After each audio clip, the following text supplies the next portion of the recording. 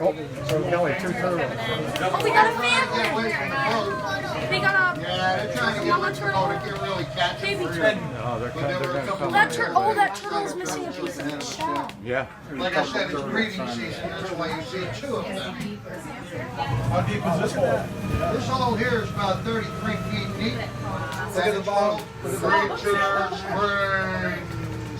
Alright, fish call it down Creature the bottom. Springs because Creature Cave is down there. Big old cat. And Creature Yeah, Cave I is see known it. as that because many years ago, a man by the name of Rico Browning put on a monster costume called the Gill Man costume, and he swam down the 33 feet to that cave down there, and when the director yelled action, I don't know how he heard him, but he would swim out in his Gill Man costume and scare the daylights out of everybody during the filming of Creature from the Black Lagoon, 1954, plus 2 sequels, by the way.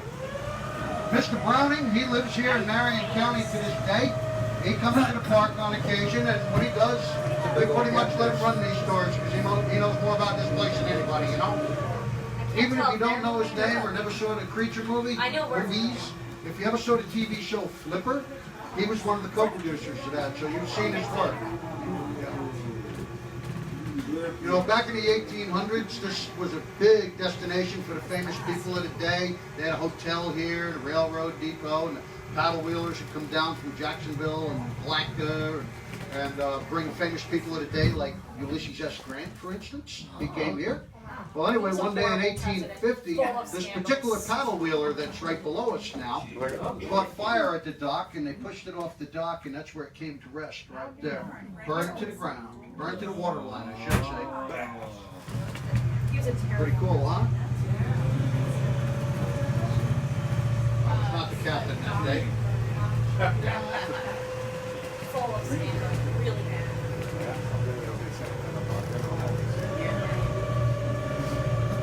I'm excited for that. Like, my kids. This next spring that we're coming up on is called the Abyss, and it has a known depth of 81 feet. And we know that because the state sent a scuba diver down there one day, and she took her tanks off and pushed them out ahead of her to make it that far down. Yes, I said she.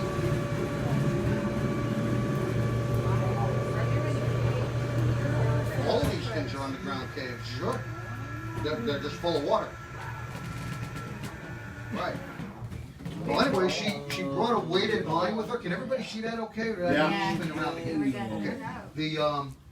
She dropped a weighted line down there that was about a mile in length, and it never touched bottom. So we do not know how deep that particular spring is. But I'll tell you something. I'll tell you something about it. One of the other captains told me that when she brought the line back up, there was a note attached to the end of it written in Chinese. I can't really vouch for the truthfulness of that. So I know I got snow people here. I got people from Minnesota here. So I know you all seen snow, and I know you're happy to see snow in Florida, right? Yeah. Oh yeah, you betcha.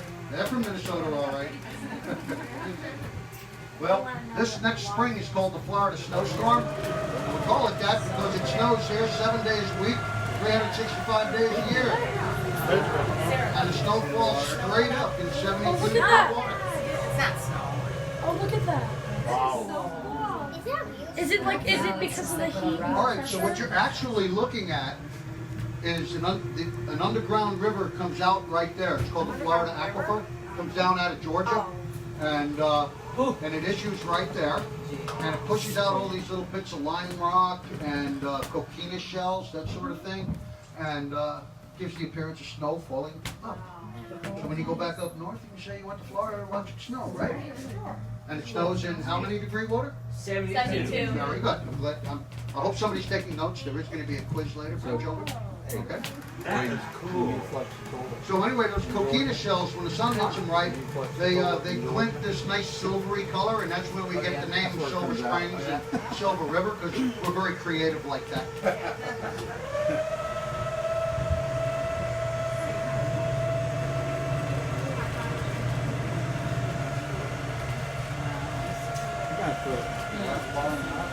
We're going to go over a little spring right here that doesn't have a name, but it's pretty nonetheless. So I mentioned how creative and clever we are when we name things. This particular island on our right, we call it Bird Island because it's a rookery for the local anhingas and cormorants. Cormorant's a type of diving duck, eats fish, and the anhinga is a type of anhinga. They don't have other relatives. The anhinga is a bird unto its own, a genus unto its own. But they act like the cormorant. They dive in the water and they eat fish. Trees, right? Each one of those birds can eat about 10 fish per day. The cormorant has the heavy orange bill, and the anhinga has the long tail with the silvery feathers on its There's one right wings. there on the thing. There's one there on the thing. What thing? Oh, there's multiple of them. Like see in the nest? Look at that, look at that. Is that dead? On the I don't know.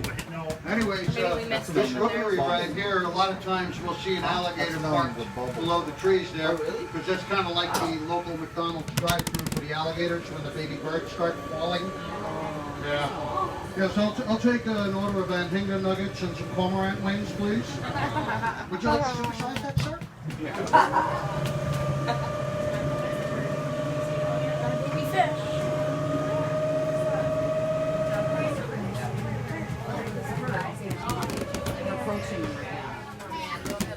baby fish. I can't go over there. That only looks like water.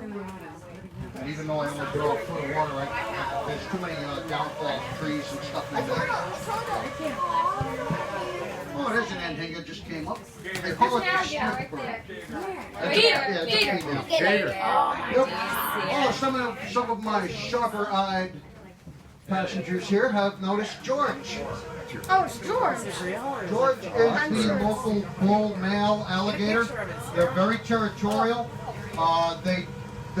He will not suffer another male alligator here. He is, it's breeding season for the alligators, so like I said, they're very, very territorial right now. The males are. Once the eggs get laid and the females are defending the mound, then the females get territorial. But this fellow right here, that's George. He's the local bull. He's about 11 feet in length. See him right there? I'm gonna swing the boat around so you people on the left can see him too. Well, get your camera ready. They don't even know he's there. Oh, he knows we're here. Sorry, get your camera ready because Ha, he's People covered in walking have bird no crap. idea that there's an alligator right He's there. got bird crap By the on way, his those tail. people walking, those are Florida tourists. Apparently in breeding plumage too, looking at the bright colors. Oh, his eye just closed. Oh, it is real. Is it real? Or Yeah. Bird. Yeah, it's real. So an alligator of George's size, he eats mainly deer and feral hog. Big prey. Now, does anybody here know how to measure an alligator? Very carefully. Very carefully. And yes, son, you're right. What you do is you very carefully take your tape measure, put it on the tip of his nose, and measure back to his eyeball. That distance in inches is roughly equivalent to how many feet long he is. Yeah. And I'm gonna pass out the papers now so that I don't get sued. You know, the disclaimer: make sure the alligator is deceased before trying that. Okay? Look, Florida aquatic tourists. Whoa! Inbreeding plumage again with bright colors. You can tell. They're an invasive species, but we like them here in Florida because they are very good for our economy. Look, there's another one in its native habitat, which is directly in front of my boat where I want my boat to go. Invasive they are. Oh, I do. Right here. You do not want me to hit it. It's very loud. Oh, yeah, that'll scare the hell out of everybody on board. So, we're coming up into our next spring here. It's called the Spring of Life. And we call it that because it's out of the current. And when the manatees are here, they do like to come in here and you get some sleep. It's, it's very calm water. A manatee can hold its breath for somewhere around 20 minutes or so, maybe a little longer, when they're resting. When they're feeding, about 5 minutes. It's pretty deep too. So there's something pretty cool under the water here. And I'm going to attempt to get my Winnebago over. You know, driving this thing is kind of like driving a Winnebago with 4 ball tires on frozen lake in Minnesota in January. Yeah, right there. So, can everybody see that piece of wood down there? Yeah. All right, that piece of wood Oh, look is under a single there. piece of cypress tree made into a dugout canoe by the Timucuan Indians. All right. Now the state pulled that out of the water about 40 years ago and took it up to Gainesville to get it carbon dated, and it came out to be about 600 years old. Oh, by the way, they did that at the University of Florida, so go Gators. Now they figure that that particular canoe, it's 31 foot in length. There's a piece of it that fell off, it's, well, it's not quite that long right there. But they figure that that canoe was probably owned by a chief, or it was used for ceremonial purposes because of its unusually long length. Right? The state then put it right back where they got it because it's part of the natural habitat by this point in time, you know? That big long stone structure that's right next to it, stone formation, we call it the dinosaur's backbone, but I think I'm going to start calling it the submerged alligator because it kind of looks like an alligator to me. Doesn't it? Yeah. So the Timucuans, that was a Timucuan Indian canoe. They predated the Seminole, and they were the dominant culture here in the 1500s. There were probably 200,000 or so of them when the Spanish arrived. 100 years later, there was only about 50,000 of them. And then 100 years after that, there might have been 50 of them left. And they kind of assimilated into the new Seminole tribe. What do you got there? Oh, we have a... Yeah, see it? Is that a cormorant? Yeah, that's a cormorant. Otherwise known as a mud duck to you Minnesotians, right? Yep, they eat our walleye. Yeah, I know they do. Like I said, they can eat about 10 fish a day, each bird. We don't like it. It's not. That's why the government protects it. We don't like it in Virginia. So the next spring here is my personal favorite. I think it's the prettiest one. The water turns this most sublime blue color.